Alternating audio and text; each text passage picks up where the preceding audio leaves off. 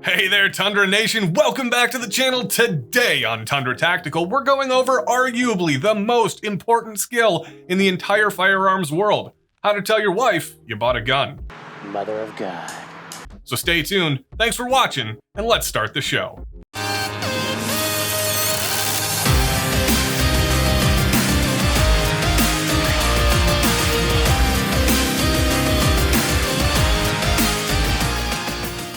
In an effort to keep things short and sweet this week, and totally not because I couldn't think of a joke to start this video off with, give some thought to liking the video and subscribing to the channel. Trust me, this video is going to be long enough as it is, so let's dive right into it.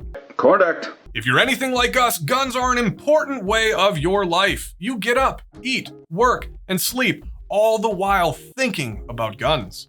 Whether you're a Christian, Jew, Muslim, pagan, or Pastafarian, yes, that is a real thing, look it up, guns are integral to your way of life. So much so that many anti-gunners see it as a religion in and of itself. Well, so what? We all pray at the holy shrine of St. Browning. Blessed is he amongst gunsmiths.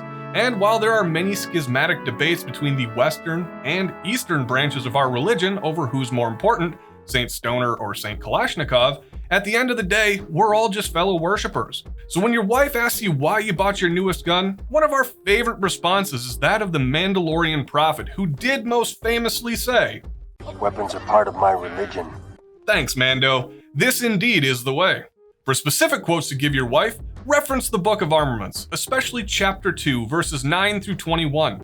O Lord, bless this thy hand grenade, that with it thou mayst blow thine enemies to tiny bits. Of course, as with many other religions, it is best to marry within your faith.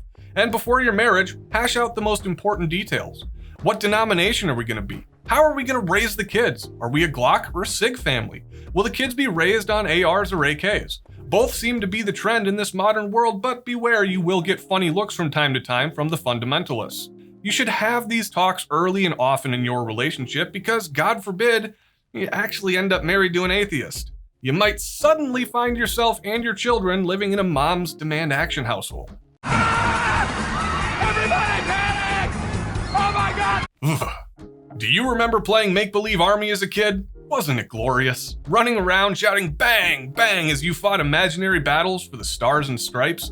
Wish you could go back to doing it all over again? Well, you're in luck. Since the early 1960s, history nerds have been playing adult make-believe army and calling it historical reenacting. Wearing ridiculously expensive period outfits and wielding actual honest-to-God guns, these scamps run around imagining themselves in every conflict from Thermopylae to the modern day. You may be saying to yourself, "Now Tyler, this is all very nice, but how does it get me a new gun?"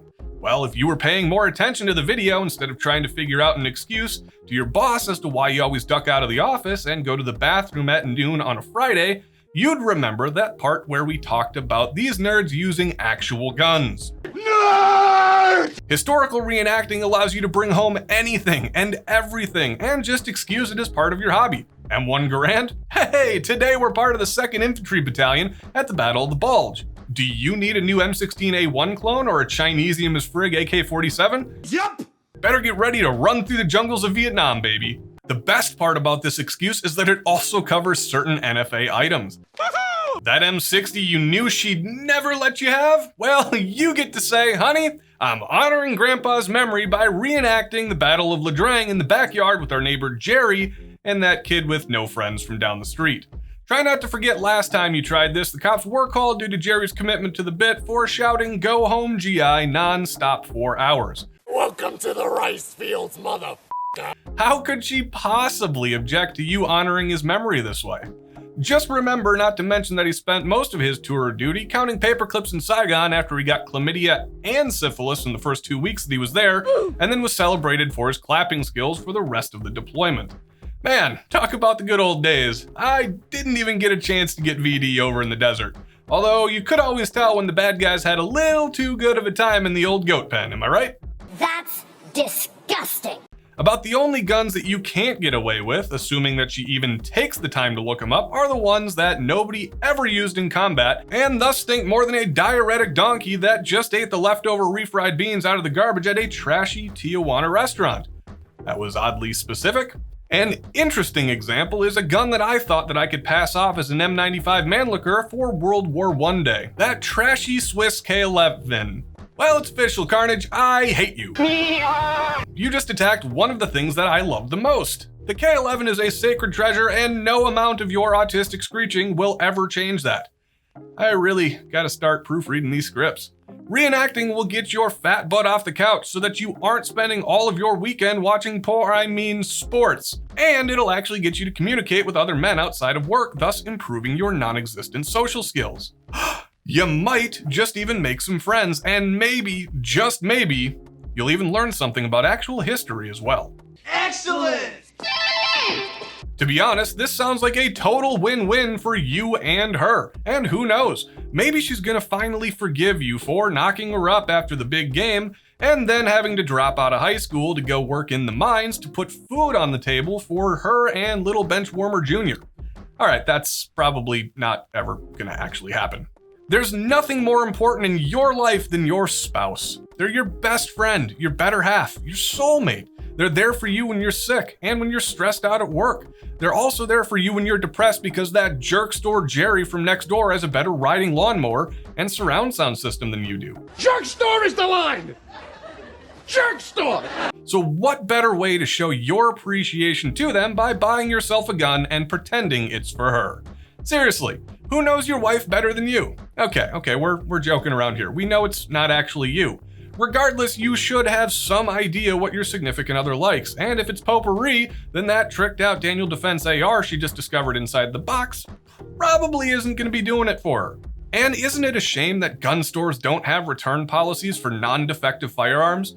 Maybe, out of the goodness of your heart, you're going to take it off her hands so she doesn't have to feel guilty about not using it. Just make sure you feel confident that you can sell her on how sorry you are for buying her the incorrect gift, and then bring out a gift you know she will actually like, just to smooth things over. I was gonna save this till Christmas, but is a classic and reliable line to bring out in this situation. Beware though, there is a 60-40 chance that she sees right through your deception, and then you're dead. Let's get an F in chat, boys, for all of our brave comrades who are no longer with us. Alright guys, this next one is a bit situational, and it really only works on older military surplus rifles. It's a well-known tragedy each year that tens of thousands of veteran rifles of foreign wars are cruelly dremeled and sawed out of their original form and turned into some kind of tactical terror or sporting atrocity that no man, woman, or child should ever have to witness. These tragedies are perpetrated by the hate-filled villains known as Bubbas, and there's really no level of depravity that these fiends will not steep to. Thankfully, there are many heroic and brave souls out there who go to pawn shops and gun stores to save these warriors from such a fate, and you can too. Pay attention to your spouse. Might be a foreign concept, I know, but if they cry or are really affected by Humane Society commercials, this tactic is super effective. Simply sit your spouse down and explain these cruel indignities that these rifles have to face if you don't rescue them. And if they have any moral decency at all, they'll be behind you 100% of the way. For added insurance and to lend support to your argument, maybe keep a few backup pictures of badly bubbaed guns photoshopped into the kennels of the abandoned kitties and puppies from the commercial. This will really drive the point home. If you're particularly successful, she may even donate money to the cause, in which case she deserves a Save a Serp Foundation blanket or a t-shirt. Some guns simply aren't worth the time or energy to save, of course, so try to save as many Mausers, Enfields, and 1903s as you can, and leave those historically insignificant Mosins and Makarovs to the Bubbas. Sorry, Brandon. Tyler, you son of a bitch.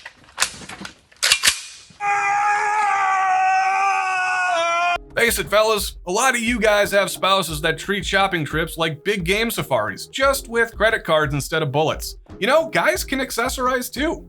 Maybe you saw a 10mm Chris Vector with a paint scheme that matched your Nerf gun collection.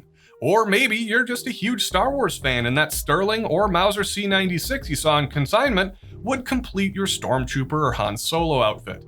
You may have seen something you really wanted. It was on sale and gee dang it, you had a coupon. Gee dang it. Any which way about it, if she can have a closet full of shoes, you can have a gun or two that fits your fashion style.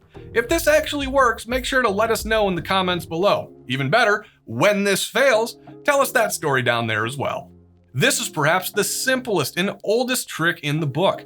It's also the most boring. So much so that we're not even going to embellish it at all. Also because our writer procrastinated and stayed up till 2 o'clock this morning, so now he has no more jokes to come up with. You're an idiot. See, Carnage? Even I can do this too.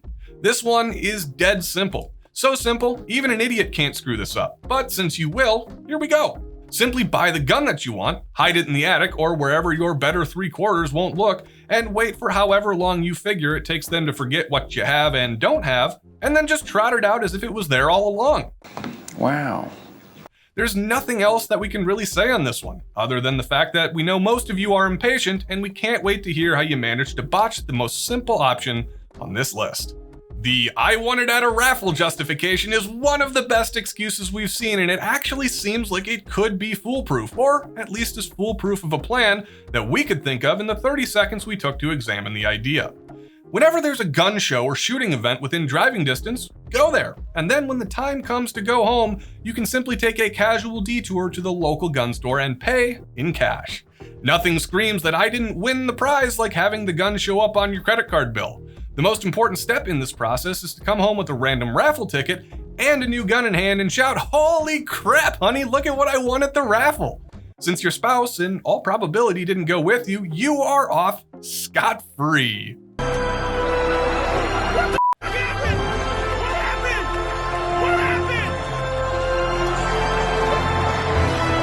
Even better, gun shows and shoots are usually full of pro 2A'ers who should be quite willing to help you in your schemes to fuel your gun addiction.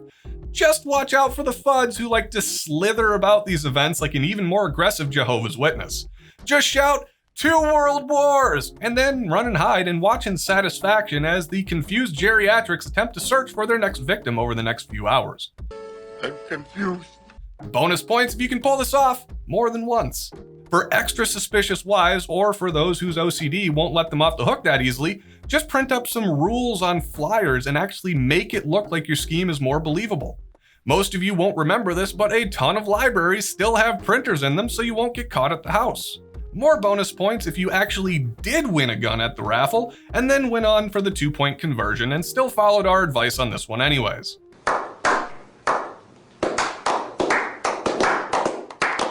The passing of a loved one is a time of great sadness and mourning. You celebrate the life and the accomplishments of the deceased, and you take comfort in the fact that they no longer have to face any of the hardships that come with living in this fallen world. And also give thanks to them for this wonderful opportunity to purchase that new gun you've been eyeballing. What better way to show your love and respect to the person who recently passed than by shopping at the gun store on the way home from the funeral, buying that expensive ballista, and then returning home and presenting it to the wife as something that they left you in the will. To ensure the success of this process, make sure to Photoshop your new treasure into an old picture of you and Uncle Ricky. Oh, I get it. The old keep your friends close but get your enemies toaster. And to make it absolutely foolproof, try getting close family members of the deceased to verify that he did indeed own the weapon in question by doing them a few favors. Cousin Bobby always seems to need money to help with his gambling addiction, right? For our slightly more prepared and nefarious fans, blackmail works as well. For legal reasons, that was a joke. Is the milkman harassing little old Miss Johnson? Are there strangers peering into the windows in the middle of the night? In this day and age, families need to have the ability to protect themselves and their loved ones. One of the many ways we do this is by buying a gun, then taking classes and training until we're proficient in its use. Once that step is complete, maybe form a neighborhood watch, get to know your local cops, and pull together as a community to make sure your neighborhood is a safer place.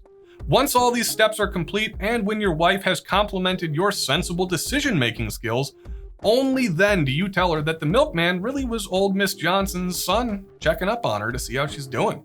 And that menacing shadow in the windows at night, those were just trash pandas responding to the strategically placed kibble you left lying outside the bedroom window. Best of luck to you, sir. Rip. Here's another simple but effective one. Just don't tell them at all. It's your business. You can do what you want. After all, it is your castle. You bring home the bacon, so you get to make the rules, and if they don't like it, well, tough luck. They can't do anything about it. After all, wives aren't people. And if you are stupid enough to believe any of this, then, well, we hope you enjoy crying yourself to sleep in the back of your truck, considering that's the only thing that she probably left you in the divorce. Well, that about wraps it up for this week, folks. If you dislike this video, then you probably had your manhood removed while sleeping from an irate wife because you didn't follow these seemingly foolproof ideas in this totally unnecessary top 10 video. Don't worry, there's more on the way. But if you liked the video, make sure to smash that thumbs up button and share it around with your friends. Consider subscribing to the channel and checking out our Patreon page to stay up to date on current and future content. And if you want to rep some Tundra swag, follow the link in the description below to our new store on Teespring. Thanks for watching, Tundra Nation, and you can now find us on Instagram at TundraTacticalMN.